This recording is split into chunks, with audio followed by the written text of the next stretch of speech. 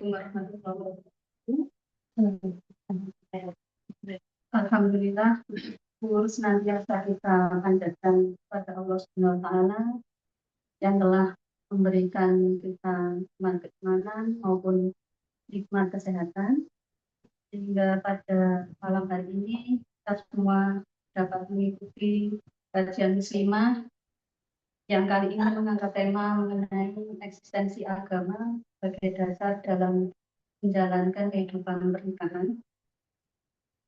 Sholawat serta salam juga tak lupa kita haturkan kepada Rasulullah Muhammad SAW, pada para sahabat dan keluarga beliau.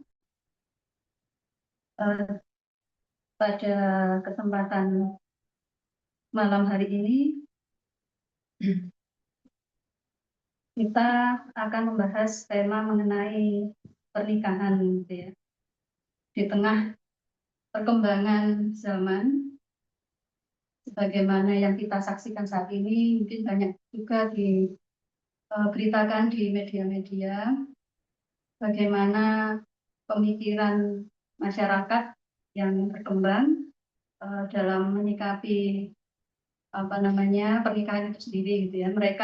Di antara mereka banyak yang berpikiran bahwasanya, terutama ini tengah melanda Gen Z, gitu ya, atau remaja-remaja saat ini, yang mereka berpikir bahwasanya menikah itu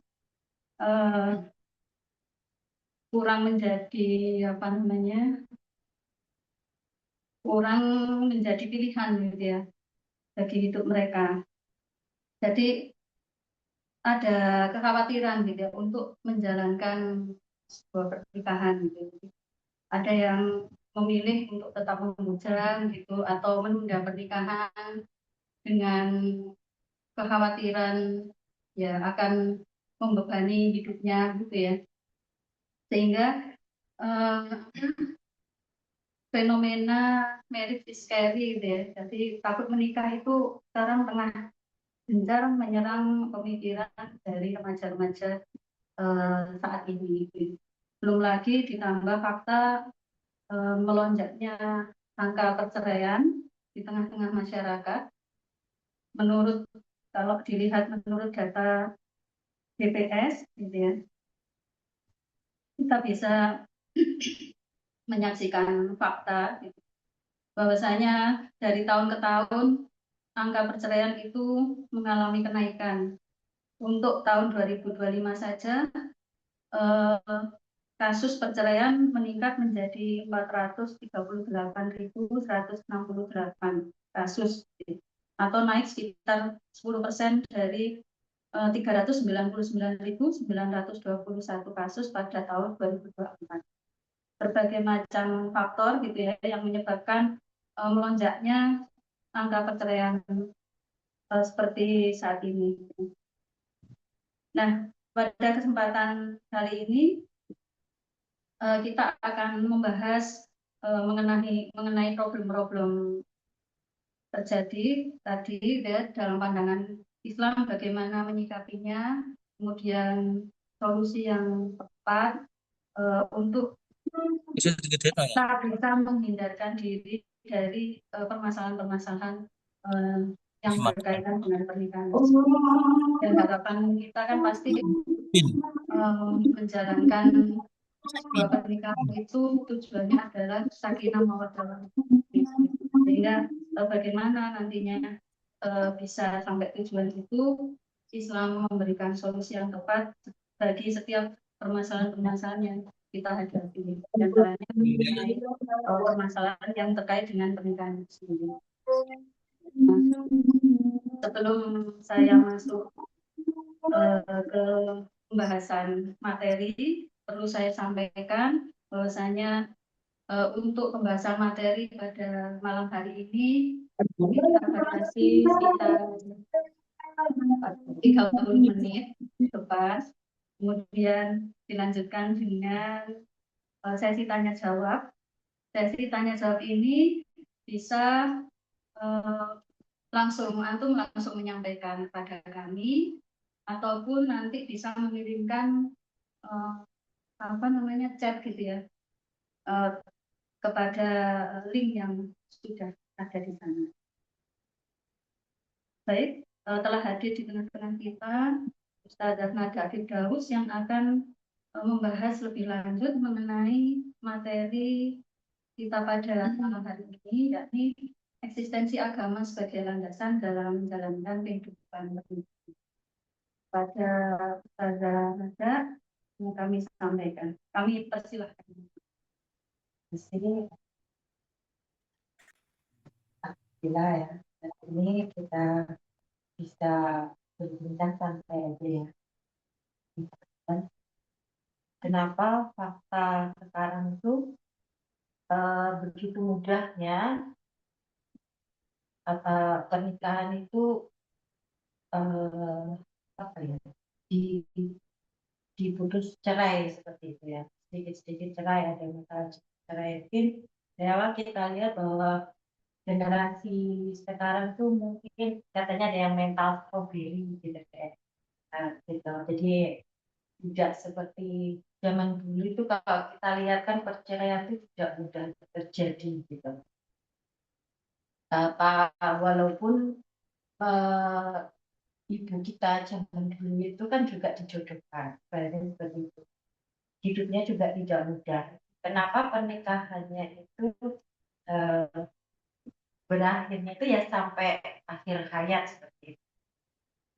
Jarang sekali terjadi satu perceraian.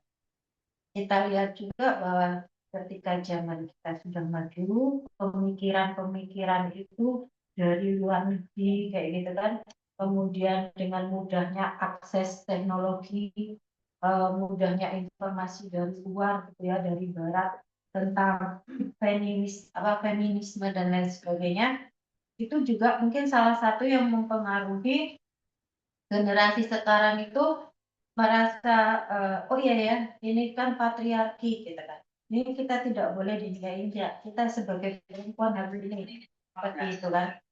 Karena itu pemikiran-pemikiran itu udah banyak apa itu dipegang gitu ya. Jadi apa ya? digunakan oleh anak-anak Anak zaman sekarang. Perempuan sekarang tuh merasa begini, ngapain sih nikah? Untuk apa sih nikah gitu kan? Toh saya sudah bisa cari uang sendiri, secara ekonomi saya bisa membahagiakan diri sendiri, gitu kan? Nanti kalau nikah malah ngerepoti, ibaratnya seperti itu. Dengan banyaknya pemikiran merasa bahwa ketika menikah nanti akan menjadi pelayan, gitu ya, harus manut, apa-apa yang tidak boleh, ini begitu, tidak bisa bahagia. Kebahagiaan itu tidak hanya tidak didapatkan dari pernikahan seperti itu. Kemudian kalau akhirnya adalah yang namanya hubungan tanpa status, gitu kan? Kalau ingin kasih sayang ya udah sekedar melakukan pacaran atau hubungan tanpa status, ya kesana kemari, rendang-rendeng, ini, gitu kan? Tanpa ada tujuan pernikahan. Karena di dalam benak mereka yang namanya pernikahan itu, ya itu tadi, nanti ribet, nanti malah nggak bahagia dan lain sebagainya, karena adanya contoh-contoh mereka yang sudah menikah dan gagal, gitu ya. Terus mereka oversharing di media sosial tentang penyebab pernikahan mereka. Jadi kayak sudah tidak ada itu yang namanya menutupi aib suaminya atau istrinya, itu kan tidak ada. Jadi sekarang itu semuanya itu demi konten itu bisa gitu, mudah sekali mereka berbagi gitu. Bahkan masing-masing itu merasa dirinya benar. Ya, menyajikan fakta kan kita tidak bisa dari satu sisi, tapi dengan adanya konten-konten seperti itu, kemudian ada komentar-komentar yang memperkuat gitu ya, memperkuat dari apa yang disampaikan di media sosial, semakin menanamkan pemahaman dalam diri anak muda saat ini. Di pending dulu. Sehingga anak muda sekarang itu tadi yang merasa dirinya tidak harus menikah untuk mendapatkan kasih sayang, mereka juga secara ekonomi bisa mandiri, kemudian itu kalau masalah anak bisa ngadu si anak kayak gitu. Bahkan ada yang merasa menikah, kalau nggak menikah nanti nggak punya anak. Udah tidak ada lagi pikiran seperti itu. Nanti tuanya bagaimana itu banyak. Mereka itu sudah merencanakan mencari tempat apa panti jompo seperti itu. Jadi pemikiran-pemikiran modern, pemikiran-pemikiran dari barat itu juga salah satu yang mempengaruhi generasi-generasi sekarang itu tidak apa ya, tidak melihat pernikahan itu adalah suatu yang sakral lagi, tidak melihat bahwa pernikahan itu adalah satu-satunya solusi yang harus kita ambil ketika hubungan atau interaksi antara laki-laki dan perempuan itu harus diikat dengan ikatan pernikahan. Kedua, dengan kita memutuskan melajang seperti itu, Rasulullah sendiri kan melarang, ya kan? Kita kan menikah itu ibadah, dan ibadah paling panjang memang. Yang namanya ibadah itu tidak mudah. Justru dari pernikahan itu, ya, dengan banyaknya permasalahan, kita bisa apa namanya, membuat satu apa namanya ibadah, ya, maka kita karena lillahi ta'ala, ya, ibadah kepada Allah untuk mewujudkan atau memperbanyak keturunan, karena memang salah satu tujuan pernikahan kan gitu, ya, karena gorizatun naum atau naluri yang ada dalam setiap manusia itu, yang ketika muncul dia harus diberikan solusi. Salah satu-satunya solusi adalah menikah, tidak dengan hubungan tanpa status, tidak dengan apa namanya itu suka-sukaan tanpa adanya tujuan untuk menikah. Itu namanya juga mendekati zina. Bahkan tanpa sadar mereka itu malah menyetujui adanya perzinahan, ya, ibaratnya. Kalau mereka zina sekarang itu sudah kayak nggak malu lagi tuh menikah karena status anak yang sudah terlanjur kandung. Jadi akhirnya terpaksa menikah. Tapi setelah menikah, ujung-ujungnya ibaratnya kayak gitu, hanya untuk memberikan status si anak ini supaya anak ini tetap memiliki ayah dan ibu, ibaratnya kan. Jadi saat ini anak-anak muda sekarang ini, ya, pernikahan yang dilakukan itu lebih banyak tidak didasari dengan adanya pemahaman, ya, bahwa di dalam Islam semuanya itu kan harus memiliki pemahaman yang benar, gitu, ya. Dan kita sendiri sudah di sekolah kan sudah dikasih tahu kan bahwa Islam ini mengatur manusia itu dari kita bangun tidur sampai tidur lagi. Nah, apalagi pernikahan, gitu. Satu ibadah yang terpanjang itu tadi. Bahkan pernikahan itu adalah sebenarnya pangkal. Ya, sementara berbagai hubungan lain hanyalah cabang dari adanya hubungan pernikahan. Misalnya status bapak, adanya ibu, adanya anak karena adanya pernikahan, gitu, ya. Dengan adanya pernikahan itu, maka kemudian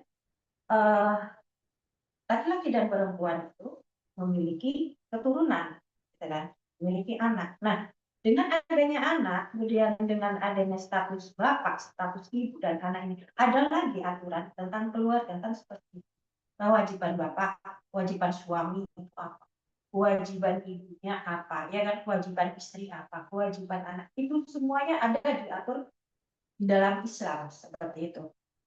Jadi pernikahan itu memang dari awal atau pangkal satu hubungan antara laki-laki dan perempuan yang memang mereka ingin, gitu, ya, menyalurkan naluri atau gorizatun naum mereka yang muncul, gitu.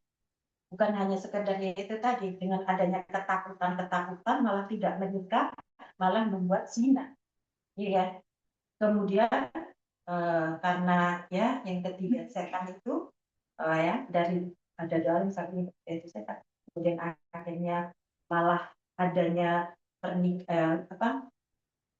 hamil di luar nikah seperti itu kan, itu semua kan karena tidak mengikuti aturan yang sudah diberikan oleh Allah, bikin aturan sendiri.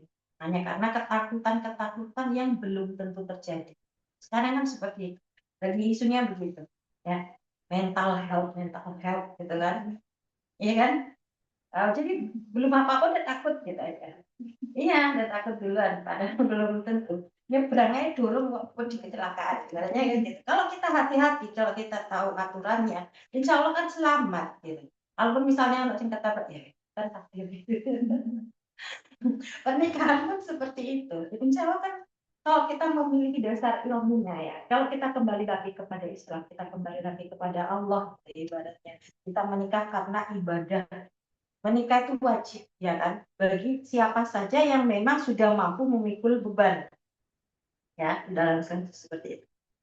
Jadi Islam itu menganjurkan, bahkan memerintahkan kaum muslim untuk melangsungkan pernikahan. Ibnu Mas'ud radhiyallahu anhu menuturkan bahwa Rasulullah Shallallahu alaihi wasallam pernah bersabda, ya, wahai para pemuda, siapa saja di antara kalian yang telah mampu memikul beban, hendaklah ia segera menikah, karena itu dapat menundukkan pandangan dan menjaga kehormatan.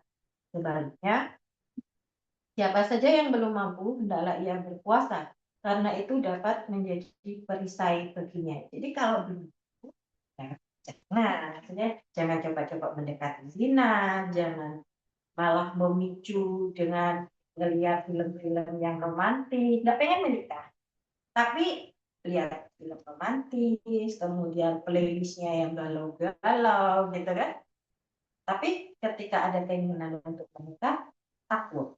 Terus kemudian akhirnya yaitu nyari orang yang sama pemikirannya, yang cuma sekedar senang-senang, udah ada tujuan setelah. Sehingga akhirnya yang namanya setan kan menyesatkan, ya terjadilah sesuatu yang tidak diinginkan. Bukannya malah bagus, ya kan? Akhirnya menikahnya karena terpaksa, gitu. Setelah menikah dapat status bercerai kembali, gitu. Makin jauh dari Islam. Nah, ilmunya nggak ada, kan? Dan kalau memang tidak ingin menikah, ya jauhi hal-hal yang dapat menimbulkan naunya itu, gitu, muncul, gitu kan. Karena yang namanya naluri itu ya memang ada, dan dalam Islam itu yang namanya gorizatul nafas itu yang sudah dikasih pemicunya. Nah, janganlah mendekati pemicunya kalau nggak mau. Namun, ketika kita memang sudah mau, dia harus menikah, gitu kan? Ya harus menikah udah. Sebab dalam Islam itu tidak ada yang namanya kerahiban, ya, tidak ada kependetaan. Gitu. Jika kita memutuskan tidak menikah itu haram, nggak boleh.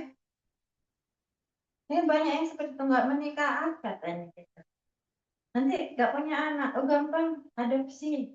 Padahal di dalam pernikahan ikatan pangkal, ya kan? Pangkal dari hubungan-hubungan yang lain. Dengan adanya pernikahan, ada yang namanya status ayah, status suami, status ibu, status istri. Dan di dalam setiap status itu punya kewajiban yang harus dijalani, gitu kan? Kewajiban suami cari nafkah. Nah, ada lagi nih, jam sekarang itu yang bikin agak menghibur para perempuan gitu ya. Katanya gini, istri itu tidak wajib dengan adanya beban rumah tangga, misalnya kayak bersih-bersih, kayak masak, kayak apapun itu bukan kewajiban istri, itu semua suami, cari nafkah semuanya itu suami. Hanya saja kewajiban istri kan taat pada suami. Nah, suami dengan adanya beban seberat itu bisa dong minta tolong istri kan gitu kan, harus manut gitu ya. Dengan lagi yang sering berseliweran di FYP itu. Jadi cara orang-orang gini, ya udah kalau ada itu lewat, kita skip yang terakhir, jadi kan taat kepada suami. Padahal itu kewajiban istri. Kewajiban istri itu taat pada suami, gitu kan. Nah, suaminya ya cari nafkah itu. Kalau kita memang niatnya lillahi ta'ala, ibadah gitu ya, karena Allah ibadah, maka ketika semua permasalahan itu muncul ya kayak tadi kan pernikahan karena berapa persen? Karena ekonomi ya kan, karena ekonomi itu muncul, terus kemudian perselisihan terus menerus, kemudian adanya KDRT, adanya perzinahan, gitu juga kan. Ketika kita sudah memiliki ilmu tentang pernikahan, bahwa menikah itu bukan lagi kata karena menjalankan kewajiban ya dari Allah, memperbanyak keturunan, gitu ya, karena di dalam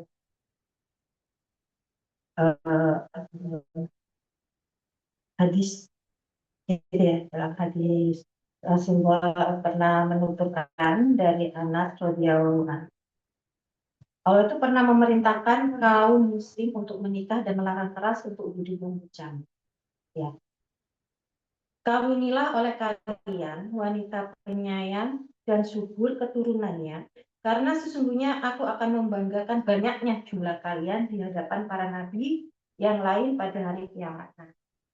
Itu nanti akan ada lagi sanggahan gitu ya, dari pemikiran-pemikiran yang modern, seperti saya katakan bahwa sekarang itu sangat mudah ya untuk mendapatkan pemikiran-pemikiran yang di luar Islam, dan anak banyak nggak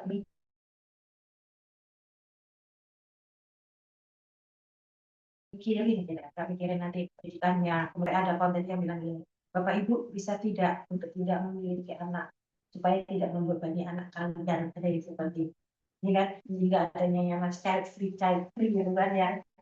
Nah, kalau dia anak lah, gitu. Kasihan nanti anak terbebani dan lain seperti itu. Padahal di dalam hadis gitu ya, Rasulullah itu malah memerintahkan banyakin anakmu gitu kan, ya, itu dibanggakan gitu. Nah, itu sebenarnya yang terus ada yang bilang, iya ya, kan gitu pas. Berarti kan gitu, iya ya, banyak anak habis itu nanti gimana makannya dan lain sebagainya. Akhirnya melupakan yang namanya rizku biadillah. Rezeki itu sudah ada dari Allah kan. Semua itu sudah diatur ketika kamu mau lahir, kan sudah dicatat tuh di lauhul mahfuz ya kan. Um, Kamu lahirnya kapan, terus kemudian menikah, berjodoh, dan ajal itu semua kan sudah ada. Dan saat seseorang itu belum ajalnya ya pasti ada rezekinya, ibaratnya seperti itu. Tapi yang sekarang ilmu tentang rezeki tidak ada, sehingga ya itu tadi iya ya, akhirnya diiyain lah pemikiran-pemikiran seperti itu. Tidak percaya lagi bahwa rezeki itu dari Allah.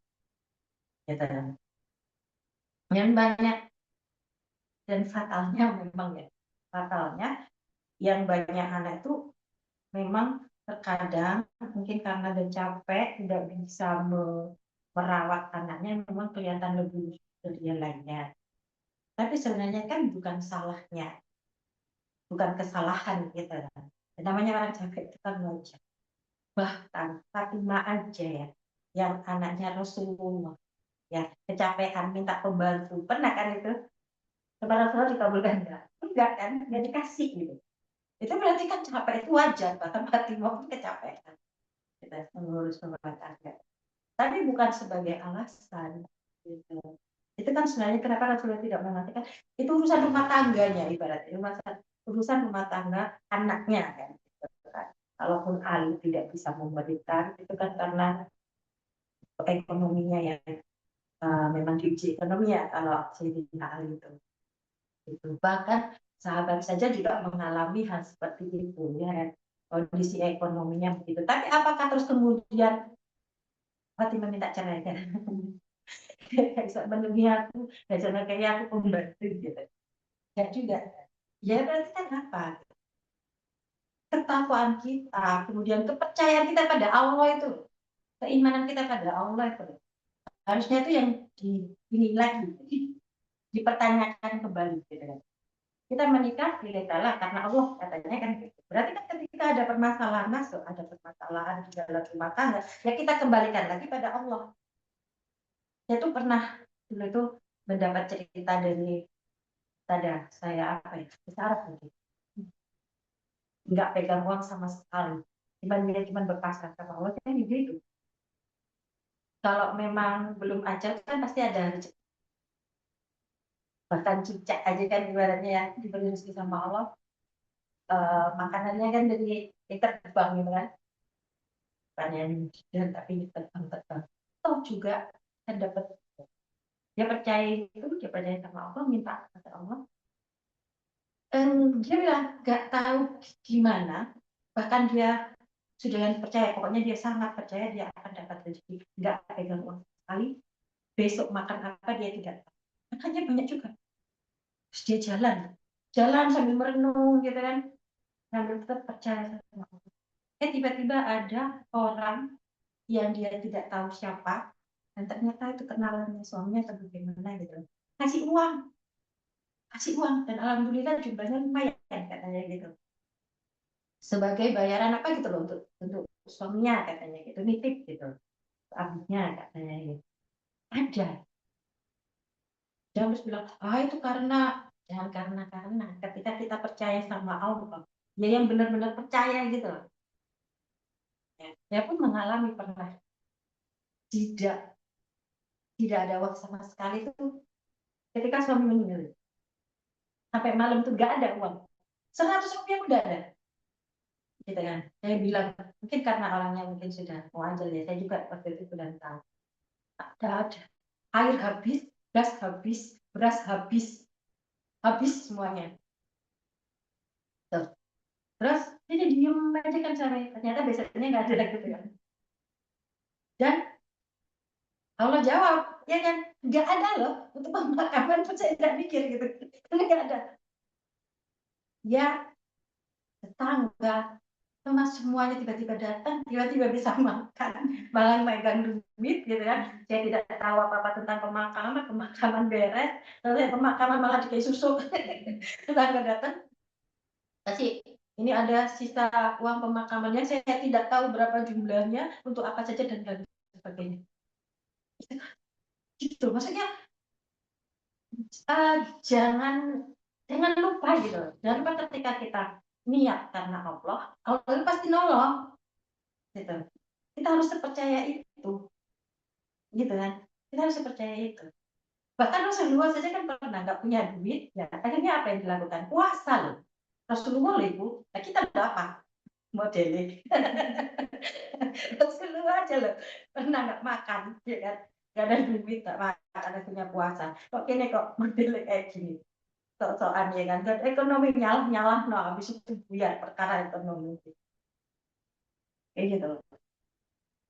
Kita kembalikan lagi kepada Allah, kita kuatkan lagi ibadahnya ya. Kalau kita niatkan ibadah ya udah diluruskan niatnya, minta pertolongan sama Allah lah,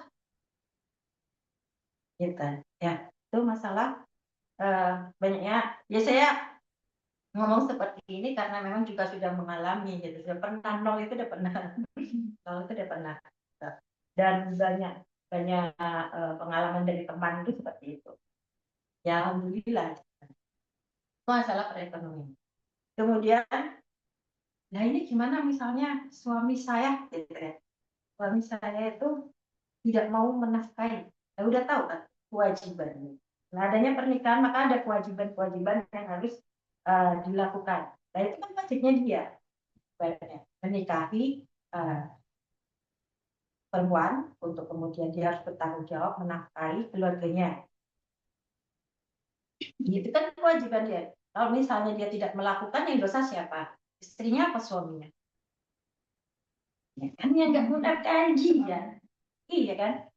Yang nggak mau melaksanakan kewajiban siapa? Iya kan? Gitu. Ya kita pasarnya sama Allah, ya tetap aja minta rezeki sama Allah ya kan. Mana tahu rezeki itu nggak usahlah dilewatkan ke suaminya kan gitu. Bisa dilewatkan dari pintu yang lain. Itu sepercaya itu sama rezeki gitu kan. Dipercaya itu. Jadi ketika kita bilang sama Allah, lawang Allah itu juga bukan hanya miliknya suami, kan milikmu juga, gitu kan. Ya minta langsung lah sama yang punya duit, yang punya harta, kan gitu. Yang punya suami, karena suami juga punya Allah kan. Ya kita mintakan supaya disadarkan kan gitu. Pertama, berdoa jadi disadari, ya kan. Kedua, enak misalnya ada rezeki, gak usah dilewatkan, enggak apa-apa. Lewat novel langsung gitu. Misalnya seperti itu. Ya tetap gitu mendoakan. Ya namanya juga kita menikah itu saling mendukung, saling support, gitu, kita saling mengingat. Jadi doanya dari doa. Oh jadi doa yang elek. Yang bagus. Doakannya sadar. Tetap permasalahan-permasalahan umumnya. Kemudian ya untuk pendidik anak. Terus namanya, gue juga gak tahu apa namanya nulungi aku kayak gitu. Saya udah kecapean kayak gini. Iya, ojo kecapean. Lakukan apa yang kamu bisa. Misalnya begitu protes ya karek ngomong ini capek kan. Kenapa? Kebanyakan kan sebenarnya dipendem dewe, mangkel dewe, loro dewe. Nah, itu gitu. Ukurannya komunikasi. Bedanya ada perselisihan, tukaran hal-hal yang kecil menjadi besar. Ya kan, kadang diempat meledak kan seperti itu. Itu semua sebenarnya ya. Kebanyakan ya, saya dengar itu seperti itu. Jadi sebenarnya kalau ada perselisihan, ya. Kemudian kalau KDRT ya, kan tadi kita membahas apa KDRT kan ya itu yang parah. Bahkan walaupun perceraian itu sangat tinggi, tapi kalau sudah KDRT kita tidak bisa diberikan bisa tidak bisa dinasihati sudah ya, emang jalannya seperti itu. Tapi kan nggak banyak. Terkadang KDRT itu juga dilihat pemicunya. Kadang karena terlalu cerewetnya kita kan, terus suami kesel akhirnya KDRT gitu. Dilihat lagi gitu kan. Kita masih bisa diperbaiki komunikasinya dan lain sebagainya. Saya masih bisa. Asalkan itu tadi, selama kita masih bersandar pada Allah gitu ya. Kita masih memiliki Allah. Kita minta semua permasalahan, udahlah serahkan sama Allah. Jalannya ini kemana ini? Ya Allah harus minta jalan. Ya opo cara solusi. Dikasih. Entah bagaimana ketika orang itu masih asal kita percaya itu 100%. Kalau kita aja Allah percayanya nggak 100%, artinya oleh solusi. Banyak seperti itu. Udah tanya pada diri sendiri. Terus kemudian terkadang itu kita itu lebih banyak menuntut daripada melihat dulu. Kita kadang-kadang gak dewangi ada bojone. Padahal bojone itu kerja. Kita lihat ketika ini tadi kewajiban suami itu sudah dijalankan. Ya gampang ya, menafkahi ya, nyari uang itu nggak gampang. Ya kita hargailah, misalnya di rumah ternyata dia itu aduh kan daerah ya, aduh kasih kantong, dia lemah kapal dia baju kan gitu-gitu kan yang di konten-konten itu dia baju berantakan, naruh sembarangan. Ya selama bisa diomongin jika mau dikongkong kita ini kan dia melakukan nono ibaratnya kan gitu kan dia tidak meninggalkan memberikan kewajiban dia kasih nafkah dengan sebenar-benar mungkin dia juga capek malas mikir kan gitu jadi bisa tak maklum bisa capek nggak tambah oh capek dari itu emang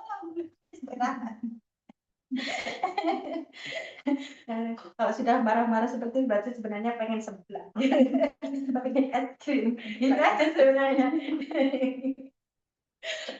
ya gitu kayak gitu kan harusnya masih bisa di ini ya suaminya juga harus lebih sabar tapi sekarang kalau tak saja nih pun sini ngamuk gampang perempuan itu bukan baper tapi lapar sebenarnya mau jangan bisa palingan kayak anak duit lah balik ya gak sih mungkin itu saya mungkin ya yang lain enggak begitu saya terus macam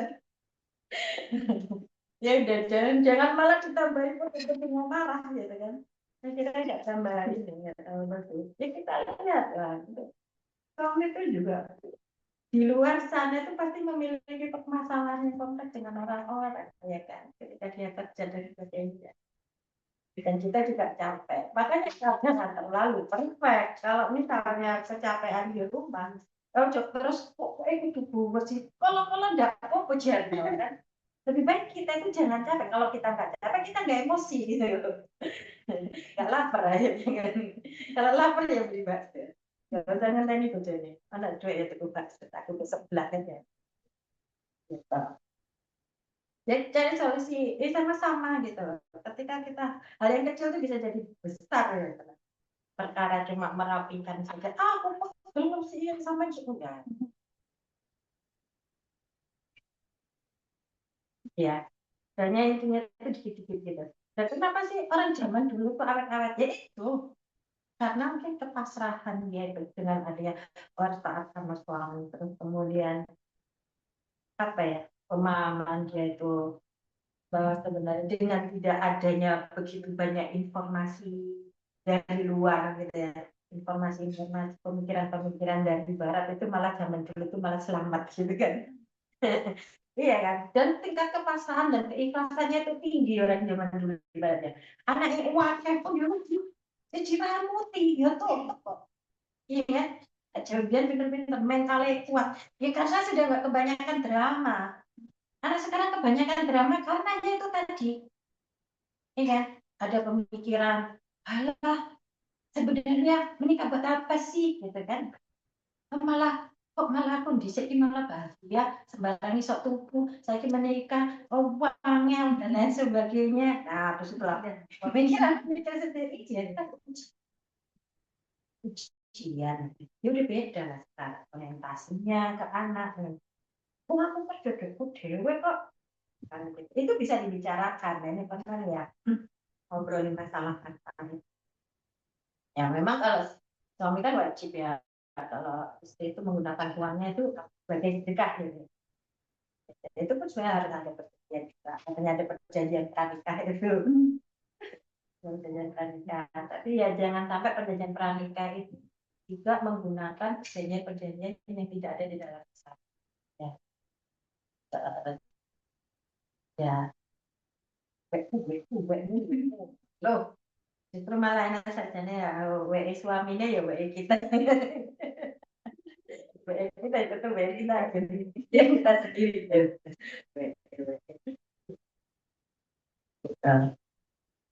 Ya ada beberapa misalnya kalau biar tidak ada ganjalan, dibicarakan di depan lah ibaratnya sebelum menikah.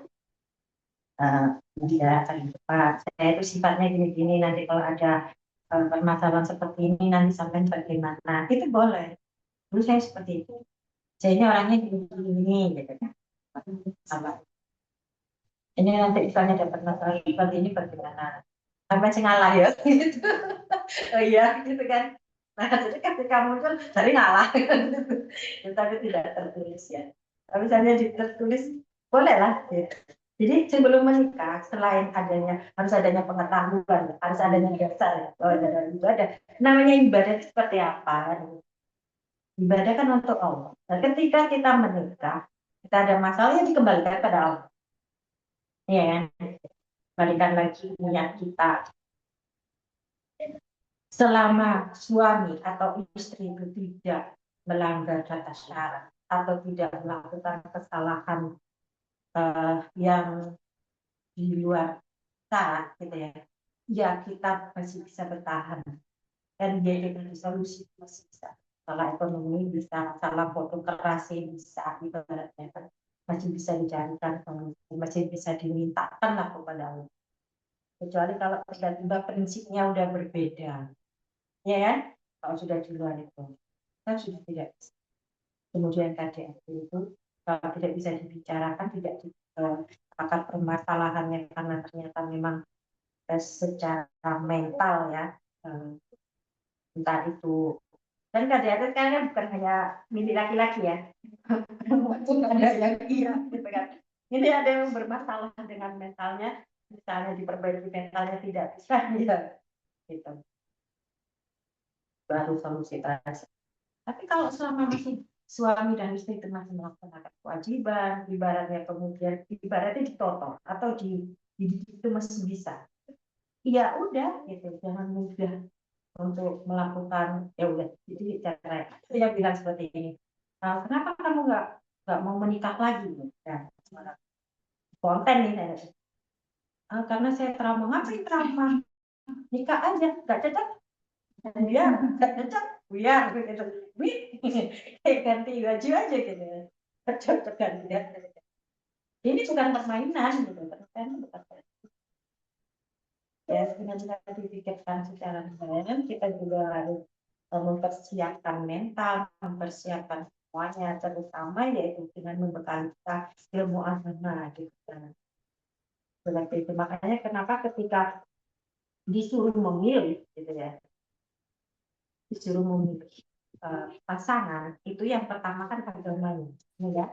Abu Hurairah radhiyallahu anhu menuturkan bahwa Nabi Shallallahu alaihi wasallam pun pernah bersabda, wanita itu dinikahi karena 4 aspek, karena hartanya, karena keturunannya, karena kecantikannya, karena agamanya. Oleh karena itu pilihlah wanita karena agamanya, niscaya engkau akan beruntung. Ketika kita bersandarkan pada ketika kita semua, iya namanya suami istri itu pasti kan ada khilaf, ya. Tapi ketika kita memiliki dasar agama, bisa saling mengingatkan di situ. Itu fungsinya, ya kan? Fungsinya saling. Nah, kemudian di dalam keluarga kita itu membina keluarga yang tadi warahmah, ya sakinah, ketenangan di situ. Ya dengan adanya semua agama, semuanya bisa diselesaikan dengan berdasarkan apa yang kita diberikan oleh Allah. Intinya seperti itu. Ya, kan banyak tuh kasus misalnya kenapa suaminya korupsi, kenapa ini, ternyata bujuk ini pengen ngambil gede tombol misalnya. Ibu hanya mana? Aku pengen akhirnya suaminya gimana caranya mendapatkan kata instan gitu. Akhirnya mempergunakan jabatannya dan itu real nyata gitu ada gitu. Dan kalau orang sudah tahu agama istri itu juga mendukung suami, dan kesuksesan suami itu ya karena doa istri dan juga dukungan istri. Gitu. Ya saling juga lah ibaratnya. Udah seneng ya nek wis ngono iku kan. Jadi katanya dia, dengan menyenangkan hati istri gitu kan, maka rezekinya mengalir. Iya, karena kalau istri seneng kan, tak tenang ya, rezekinya kakak gitu kan. Jika saya ketawa, tungannya itu ya dulu. Habis itu bojone merengut dikit kan dulu kan. Merengut tulisan, itu foto dicas itu. Ayo wis laku-laku dari angin gitu kan. Masih cuma muter-muter suka nonton kalau kakak ini. Seneng. Kadang-kadang seperti itu karena lelah juga ya. Cuman tuh sebenarnya ya itu tadi. Cuma lelah aja, kalau nggak lelah enggak kok. Kemudian pokoknya kalau jajan ya nangis, menang kok. Kan ada duit jajan gitu ya. Setelah memberikan nafkah itu berapa gitu ya. Kayak orang lebihan gitu ya jajannya itu. Ya insya Allah itu. Jauh gitu. Mungkin ada pertanyaan. Baik ya, dari pemaparan dan ada tadi, saya simpulkan beberapa hal, bahwasanya memang banyak faktor gitu ya yang menjadi penyebab perceraian, diantaranya atau permasalahan yang timbul dalam kehidupan pernikahan, diantaranya dari faktor internal dari dalam diri masing-masing pribadi kita gitu ya. Bisa jadi kurang pemahaman terhadap agama Islam mengenai bagaimana sih menyikapi pernikahan itu sendiri gitu ya. Kemudian juga ya tidak bisa menjadikan agama itu sebagai solusi gitu atas permasalahan pernikahan yang dihadapi. Karena mungkin lebih percaya pada pemikiran dari luar. Jadi itu juga termasuk faktor penyebab. Jadi masuknya pemikiran dari luar, dari barat itu juga menjadi penyebab gitu ya, sehingga seorang itu ya misalkan tadi takut menikah gitu ya, karena merebaknya dalam feminisme yang menganggap bahwa seorang wanita setelah itu dia bisa mandiri, dan kalau dia menikah itu akan membebani, nah, justru seperti itu. Nah, ini kan pemikiran-pemikiran feminisme, pemikiran dari barat. Yang kedua, bahwasanya Islam itu merupakan agama paripurna, mengatur seluruh aspek kehidupan manusia, dan salah satunya adalah mengenai pernikahan itu sendiri ya, bahwasanya Islam memandang pernikahan itu sebagai sebuah ibadah, bahkan ibadah yang istimewa gitu ya, karena merupakan ibadah terpanjang dalam hidup manusia itu sendiri. Kemudian juga banyaknya hambatan-hambatan yang dihadapi dalam menjalankan ibadah, yakni pernikahan itu justru semakin menempa seseorang itu untuk bagaimana dia bisa menyelesaikan permasalahan berdasarkan tuntunan Islam. Seperti walaupun banyak gangguan atau kendala-kendala permasalahan, tetapi Allah juga menjanjikan bahwasanya kalau kita bisa melalui segala kendala-kendala tersebut, ya, permasalahan-permasalahan yang muncul karena pernikahan, insya Allah pahalanya juga besar. Dan beda ya ketika sebelum menikah gitu, misalkan kita bersih aja itu ubah gitu, tapi kalau sudah menikah bersih itu pahalanya besar, itu dinilai sebagai ibadah dan pahalanya besar. Nah, kemudian juga Islam mewajibkan umat Islam untuk menikah dan melarang membujang. Bahkan Rasulullah itu membanggakan umatnya gitu ya. Kalau mereka bisa melahirkan keturunan gitu ya. Jadi kalau setiap Muslim itu dia punya keturunan, kemudian umat Islam ini semakin besar, itu Rasulullah itu sangat membanggakan hal itu. Solusi apabila terjadi permasalahan dalam pernikahan, yang pertama yakni kita harus meluruskan niat kembali bahwasanya pernikahan itu merupakan ibadah, sehingga kita menghadapi permasalahan-permasalahan selama kita menjalani pernikahan itu dengan keyakinan bahwa itu merupakan ibadah, dan kita pasrah gitu ya kepada Allah, bahwasanya kalau misalkan permasalahan itu berkaitan dengan ekonomi finansial gitu, bahwasanya kita harus yakin Allah yang mengatur rezeki setiap manusia gitu. Kemudian juga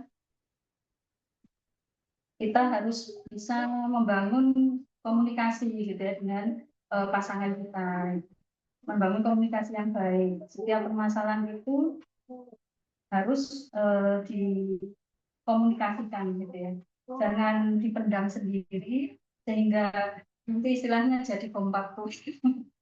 Akhirnya justru akan memperkeruh permasalahan. Nah, kalau menikah itu kan sebenarnya ada teman gitu ya, teman itu ya. Jadi setiap masalah itu sebenarnya bisa dibicarakan. Malah justru ada yang nyumbang berpikir gitu. Walaupun Menyumbang sedikit solusi. ada masukan. Iya, ada masukan-masukan gitu ya dari pasangan kita ya kalau kita menemui permasalahan. Kalau kita seorang istri ya nggak punya uang minta suami. Nah, sebenarnya itu ya. Jadi kami tidak punya dosa punya Allah. Ya, itu malah sebenarnya kalau seorang suami itu dia yakin gitu bahwasanya Allah yang memberikan rezeki, itu jadi semangat. Kalau istrinya berkeluh kesah, aku pengen ini ya.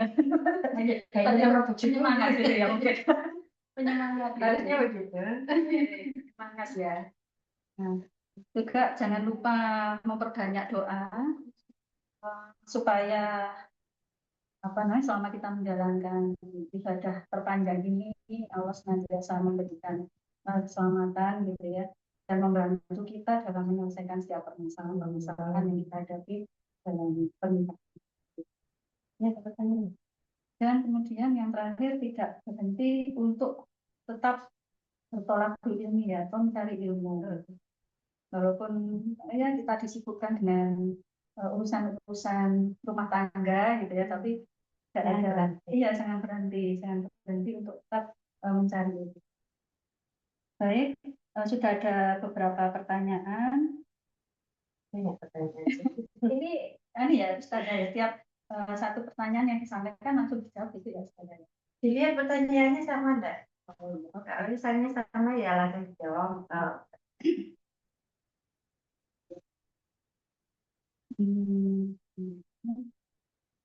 Untuk pertanyaan pertama dulu, Ustaz, apakah ketaatan pada suami itu ada ilat hukumnya?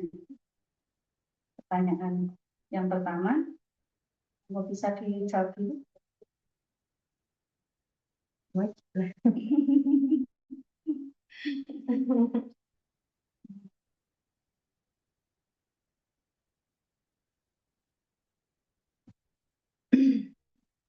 Sambil menunggu. Jadi hukum taat pada suami itu wajib selama perintahnya tidak bertentangan dengan agama Islam. Ilatnya kan itu. Selama tidak bertentangan dengan hukum Islam atau syarat, ya kan? Kalau bertentangan dan buat apa? Makanya kan kenapa? Kita kan menikah itu dasarnya karena Allah, ibadah sama Allah ya, ibadah kepada Allah. Dan ketika kita disuruh menjauh dari Allah, masa iya kita harus taat? Begitu. Itu kayaknya maksudnya. Jadi selama tidak disuruh apa namanya kufur, ya kan, tidak menjauh dari Allah, gitu ya. Ya kita taat, kita harus. Ya, sudah yang bertanya, jadi wajib gitu ya, wajib Selama itu. selama berada dalam ketaatan dan yang diperintahkan itu tidak bertentangan dengan syariat. Dan dari Uti Farida Kakak tentang bagaimana hukumnya seorang istri yang sudah ditalak tapi masih tinggal sendiri. Udah ditalak kok. Talak satu kan sudah bercerai. Ya, Sudah bercerai ya. kalau sudah ditalak bukannya sudah harus itu. Sudah harus pisah. Iya. Tapi mungkin maksudnya belum ini ya, pisah secara Kadang-kadang kan gini. negara. Ya, terkadang itu seperti itu ya. Dan ketalaknya si talak satu. Terus Ini talak berapa ini ya? ini kita kan talak berapa juga itu. Dan apa namanya secara negara belum. Tapi sebenarnya ya sudah harus apa ada bicara dan baru malah di fitnah. Salah satu sebaiknya pisah ya. Kak satu udah saya ya. Kan bisa Saya ya penting cara supaya tidak terjadi sebenarnya kalau mau rujuk ya lah gitu. Terus saja hubungan lagi tarik rumah gitu ya. Baik, ini ada pertanyaan lagi. Ustazah, bagaimana hukum seorang istri yang kesal pada suami karena tidak membantu pekerjaan rumah sehingga si istri marah. Si suami hanya diam saja. Didoakan juga ini. Kok saya jawab? itu umum ya kesal itu kan wajar manusiawi gitu kan. Kesal dia bilang kesal udah dibiarin sama suaminya gitu kok kesal dewe kok kayak ada nangis deh dia saling gondok nangis akhirnya sampai keturunan Jarno tidak apa kesal kan hal yang manusiawi suaminya juga tahu kalau kesal kalau dibiarkan itu kan bisa diselesaikan juga sebenarnya. Ya kalau menurut saya nih kalau hemat saya ya kalau kalian atau kemudian kesel itu tadi dengan capek karena tidak dibelenggu. Sekarang gini, kita jengkel pun nggak direken, tambah jengkel kan. Terus pekerjaan rumah selesai nggak kalau kita jengkel? Selesai tapi dengan jengkel. Ya kan? Kalau nggak dikerjakan selesai nggak? Karena jengkel kerja nggak selesai. Terus tetap mantel, iya. Gitu. Terus suaminya cuek aja, Nggak membantu. ya tetap nggak membantu kan walaupun sampai yang ngamuk godol. Ya, menurut saya itu kan masih bisa dibicarakan, gitu kan. Ya, mungkin suaminya juga lagi capek. Terus minta pembantu aja, kalau suami nggak mau bantu, ya carilah pembantu, aku udah capek, misalnya. Kalau nggak mampu, ya udah kerjakan semampunya itu tadi. Sekarang ngapain kesel-kesel, iya kan? Kok nggak direken? Yang direken juga gitu loh. Ya udahlah, kerjaannya dikurangi, kalau capek istirahat aja, jangan kesal. Sekarang banyak orang jual, kasihan juga gitu. Makanan mateng itu banyak orang jual. Sampai pegel masak ya tuh pula sekali-kali. Tapi makanya saya jengkel gak direken ya. Iya, iya. Jadi hukumnya ya boleh-boleh saja ya, kalau seorang istri wajar. Ya wajar loh. Kecuali kemudian tidak melaksanakan kewajiban, kan gitu. Kesal tidak apa-apa, itu wajar. Manusia kok. Siap.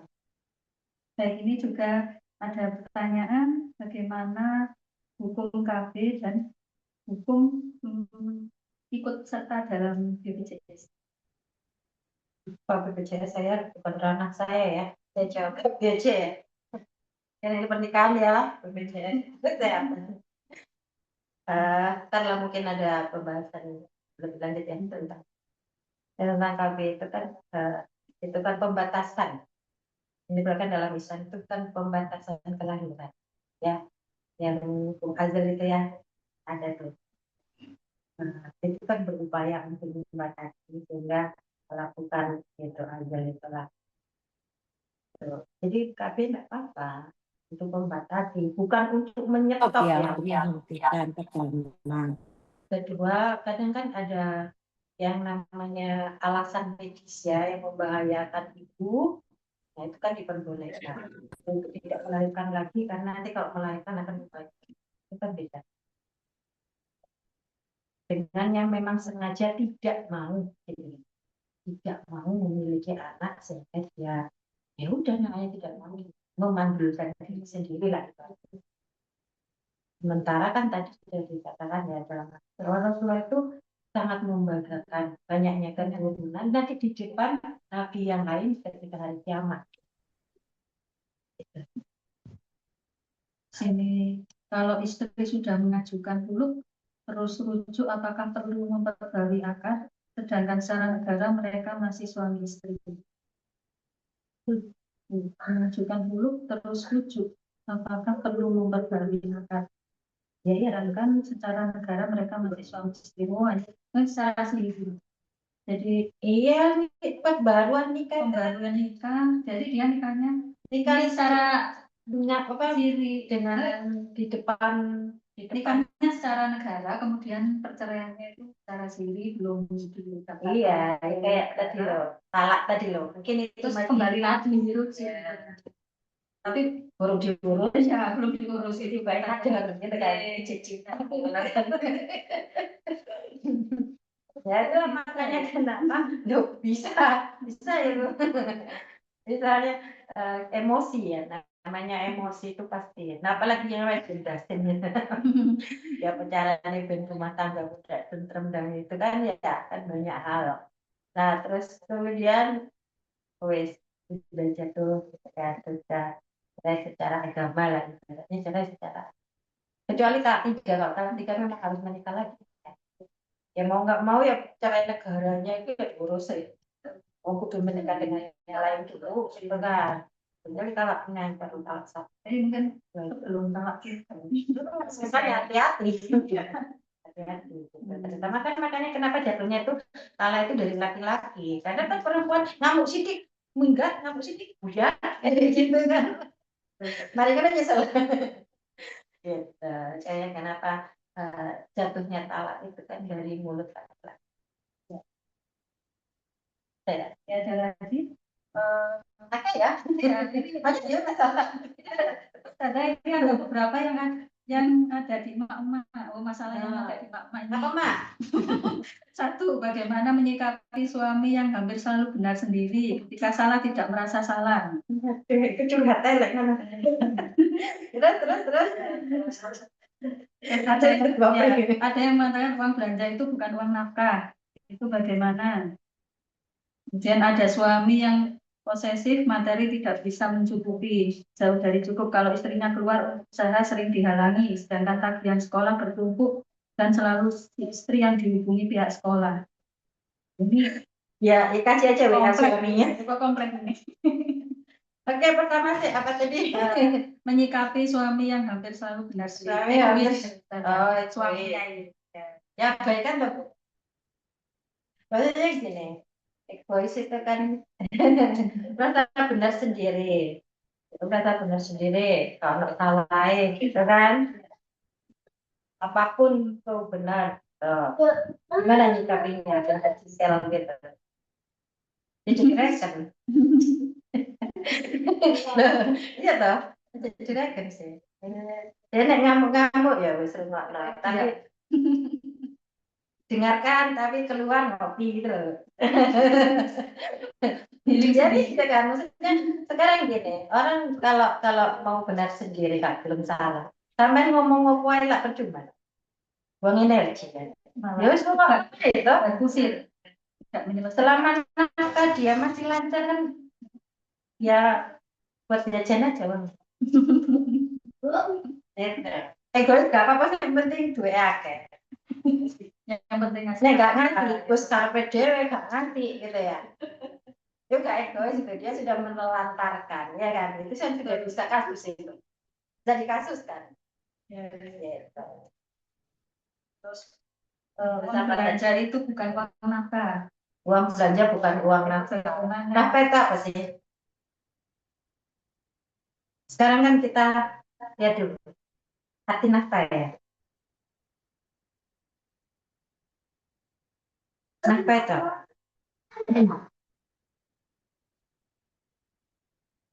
Nafkah adalah harta atau belanja yang wajib diberikan oleh suami kepada istri, anak, dan keluarga yang menjadi tanggungannya untuk memenuhi kebutuhan pokok seperti pangan, sandang, dan tempat tinggal.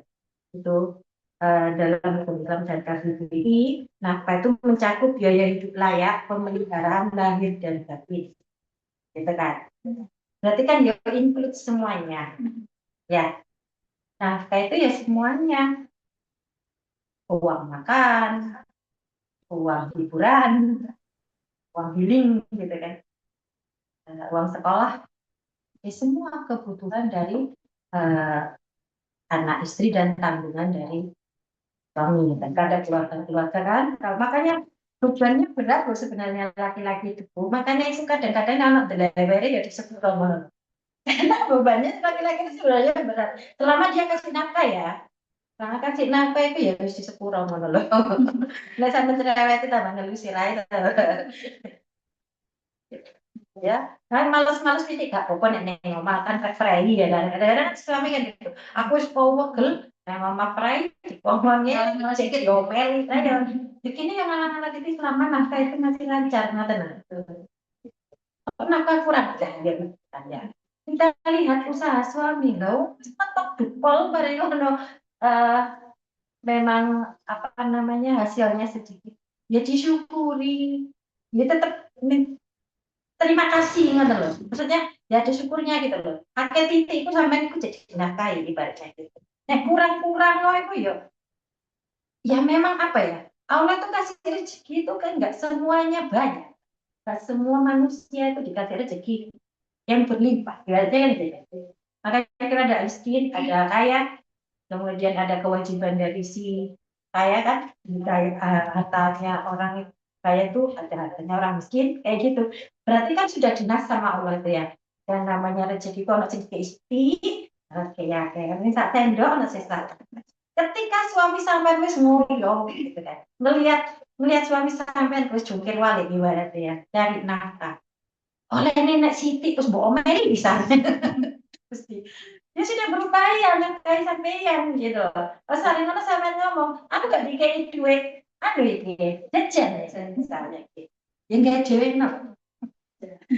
Ya makan aja alhamdulillah Bu. Kita lihat upayanya ya kan.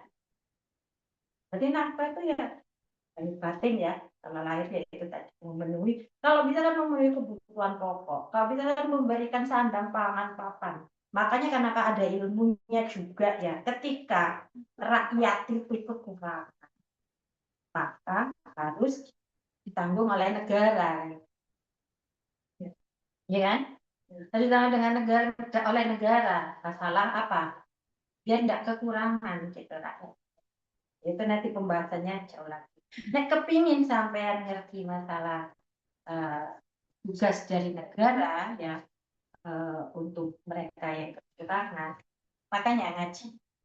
Iya kan? Solusinya itu ngaji ya, biar tahu. Itu pentingnya kita cari ilmu ya, bukan hanya sekedar ya ngaji ABC gitu ya, bukan hanya itu. Ini juga ini Ada lagi? ada Ya. ini ada suami yang posesif materi Posesif. bisa mencukupi, tapi istri itu ya Membantu ingin nggak membantu boleh, juga gitu. dihalangi. Nah, ini bagaimana Mas Ada menyikapi hal itu? Dicari orang ketiga yang bisa menasihati suaminya. Jangan mencari orang ketiga untuk menasihati, jangan. Sekarang gini, itu semua kan didiskusikan, ya kan, didiskusikan. Masalah, ya itu tadi saya bilang, oh tagihan ke istri, dia kasih WA suaminya, ya kan? Iya. Kan gini, posesif ojo kerja tapi kurang iki duit sekolah gak iso bayar. Dikei WA suami ini. Sekolah kongkon nagih nang suami ini. Iya kan? Suaminya tidak pernah. Suaminya diam aja. Enggak ada. Loh, lah kan dia jembatan ke sekolah.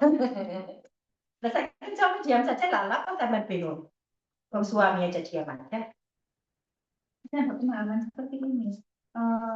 Ya sekolah di sekolah kan apa diajari sendiri aja. Ya itu nggak apa-apa malah. Istri itu kan apa?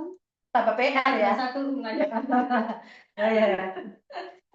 Tambah PR mana? Pegawai kamar lima jadi kan apa namanya? masa sekolah. Didik Diajak anak. sendiri. Kan bayari suaminya. Jadi duit sekolah ini tak PN.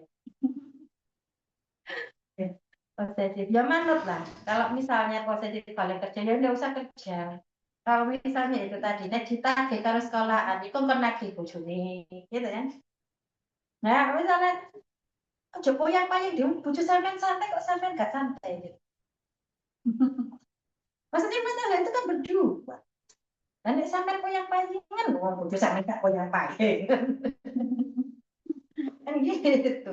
Kan ada dituagi karena sekolah misalnya kan tagih aja suami saya gitu. Karena suami yang diberi. Nah, ini juga ada pertanyaan, bagaimana memberi pemahaman ke anak tentang takdir karena rasa trauma orang tuanya. Nah, dari Bung Safi. Memberikan pemahaman kepada anak. Tentang takdir karena rasa trauma orang tuanya yang besar. Biar kuat menghadapi perpisahan orang tua. Oh, betul. Ya, itu sepertinya harus ada bantuan dari ahli. Karena kan ngomong mental ya. Tapi kalau untuk pendekatan dari hati ke hati, dari ibu ke anak, ya anaknya banyak sering-sering didongeng, gitu ya, bahwa apa yang terjadi di dunia ini itu kan ada yang namanya ada yang bisa kita kendalikan dan ada kondisi yang memang tidak bisa kita kendalikan ya takdir itu tadi. Ketika manusia itu sudah berusaha sebaik mungkin gitu ya untuk tidak berpisah lah ibaratnya. sampai mentok, terus kemudian pada akhirnya terjadi, itu kita bisa bilang bahwa takdir itu kan sudah tertulis dan ditulis sama Allah. Kita tidak bisa memaksakan kita. Ya kita bilang pelan-pelan aja. Takdir itu sudah tertulis. Ada yang tidak bisa kita ubah. Yang penting itu kan usaha kita. Ketika sudah orang tua sudah berusaha sebaik mungkin, ya, ternyata memang takdirnya Allah tentukan seperti itu berpisah. Anaknya itu diajari, dirangkul pelan-pelan ya, dikasih tahu bahwa bagaimana ikhlas menerima takdir. Kemudian toh ayahnya tetap ayahnya, tetap harus dihormati sebagai seorang ayah. Ibunya itu dihormati sebagai seorang lebih baik hubungan itu tetap dijaga ya di depan anaknya ya, tapi jangan sampai bertengkar dan lain sebagainya. Terus ya, yang pasti tetap dikasih tahu pelan-pelan ke anaknya masalah takdir itu, ceritailah ya, dongeng bahwa apa yang ada di dunia ini tidak semua sesuai dengan kehendak manusia, sesuai dengan kehendak kita sebagai manusia. Kadang ada beberapa yang memang itu tidak dituliskan oleh Allah.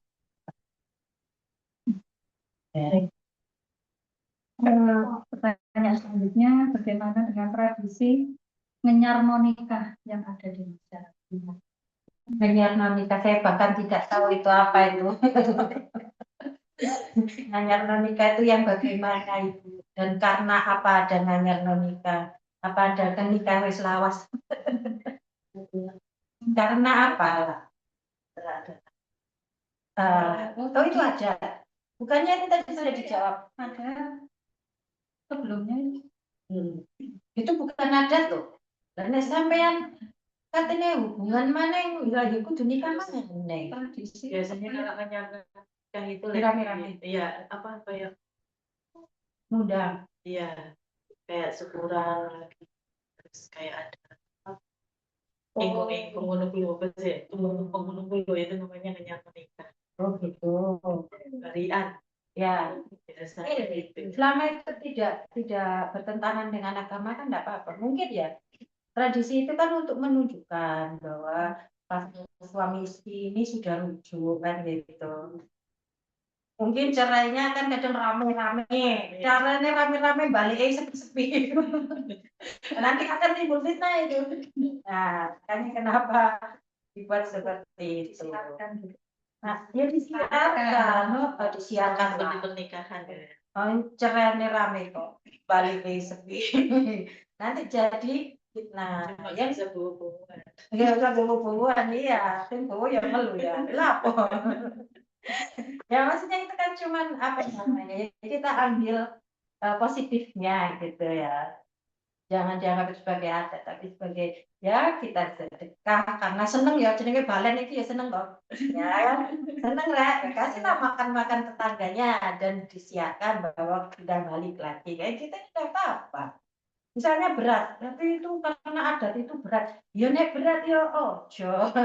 Ya tinggal apa namanya beberapa saksi saja kan gitu, beberapa saksi saja. Terus kemudian ya sewajarnya tamu disuguhi kan sudah gitu loh. Hidup itu gampang kalau sampean ini, jangan mikir yang ruwet gitu aja. Ya dirasani tonggo. Oh tonggo wani ngrasani orang kayak itu saya kok. Nek jadi film bandani ada kok. Jangan terlalu pusing. Ini diperjelas ini sama penanya. Penyarno nikah itu 8 bulan, ada yang dilakukan tiap tahun. Alasannya khawatir barangkali selama interaksi ada talak yang tidak sadar. Jadi mungkin setiap tahun gitu. Apakah itu perlu Ustaz? Lah nek sampean yang bolak-balik njaluk cepet. Tapi masih apa? Gini loh, Bu, Ibu. Yang tahu kehidupan pernikahan itu kan sampean sendiri. Nek sampean gampang ngomong buyar gitu, apalagi laki-lakinya ya. Ibune ngomong ngono gak ngefek toh. Ya kan? Selama laki-lakinya ngono ya. Ya kan ono nek sampean tukaran iku catatan iso ya kan. Ya habis itu jadi ya itu memang wajib gitu menyanyi. Itu. Kalau terucap gitu, Iya kan terucap dalam kalau keadaan terucap marah itu sebenarnya betul, Ya, bukan termasuk juga kan gitu. Nah, nek sampean memang kepingin ngejar mereka bertahun dan kayak romantis ya ora apa-apa loh. Gitu. Nah, mas apa ibu? Ini mantan anyar terus ya kan. Dan gak lawas-lawas. Enggak apa juga. Gitu. Selama itu tidak apa ya? Tidak bertentangan dengan agama Islam itu tidak apa-apa. Sampean bertahun anniversary itu ya ibaratnya ya kan. Nyarno nikah, lari mangan-mangan, tetap romantis sampean. Itu bagus itu. Apa mana nih ngejak tanggane kanca-kancane ngene kan sedekah itu malah bagus itu menyenangkan hati banyak orang.